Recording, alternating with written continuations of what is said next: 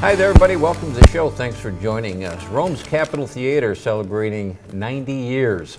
Lots of theaters have come and gone, but the Rome Capitol Theater has been very steadfast in serving the people out in Rome.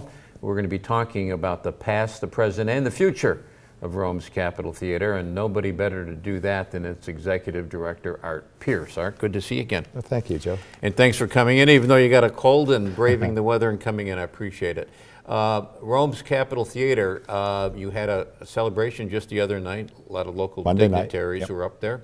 And was that the night, or did you just pick that night as an arbitrary date? No, we opened December 10th, 1928, it was a Monday night, and December 10th, 2018 happened to have been a Monday night, so we did it on the exact date, so the exact date and the exact time of the original performance.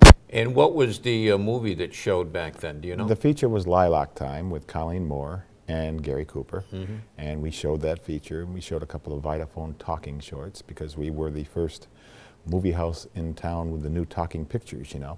So we showed a couple of those, and also recreated a thing called Capitol Greetings, which the Callets and the Comerfords had put together. They started the theater in 28, and that was, on film, it was basically a text, just a text welcoming people to the theater and talking about how important it was to the community. And that film is long gone. However, the complete text was reprinted in the next day's Rome Daily Sentinel. And so we were able to recreate that. And we did that. We had the national anthem sung by Melinda Benson. We had Avery Tunningly at the Capitol organ, which also celebrated 90 years that same day. And it was a lot of fun and a terrific show, I think. And we were really pleased to have all the dignitaries participate in that. The Gary Cooper movie, I'm a Gary Cooper fan, but I don't ever remember that movie. It's a Colleen Moore movie with Gary Cooper. Oh, she's the star. He was, in 1928, he was kind of an up-and-coming leading man, but he wasn't a major star yet. He had been the leading man in a couple of, more minor movies. This was a big production. He was essentially the leading man in a Colleen Moore vehicle, because Colleen Moore was the star of this picture. He doesn't come into the picture until maybe, 20 minutes into it. World War I war movie, right? Which was, of course, only 10 years, had finished only 10 years before this movie was shot, which meant they had a lot of Army surplus or planes at their disposal, which several of which they wrecked in this picture. You mentioned the Callets and the Comerfords. Yep. I know who the Callets are, and the Callets, of course. Why don't you talk about the Callets for a second? Because if there was one family that made an impact on entertainment in our area, it was the Callets, yes? Yes, and the Callets got involved in Rome. Joe Callet got involved. His first job in Rome, I think, was a manager of the Family Theater in 1916. The Family Theater was a legitimate house, but they also showed movies at that time. And he was a manager there. And then in 1921, the Callets purchased the Carroll Theater, which was on East Dominic Street, did some renovations, renamed it the Strand, and that became their first theater they owned in Rome. Later on, they got the Star, which was the smaller theater in Rome.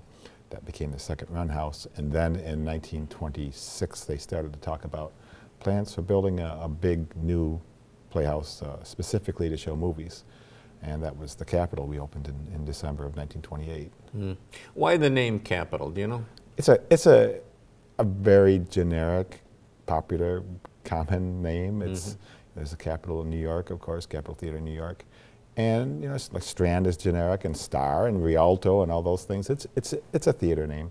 The original sign reflected the Capitol theme because there was something resembling the Capitol Dome on the blade, which is something we're replacing, by the way. So I was going to ask you about back there again. Yeah, I was going to ask you about the blade sign. And for those who don't know what blades are, describe a blade sign.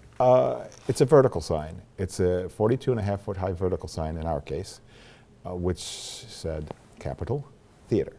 With trailing lights and a little waterfall effect at the top, and that was used in conjunction with the marquee portion of the sign, and that's something else we're putting back the marquee.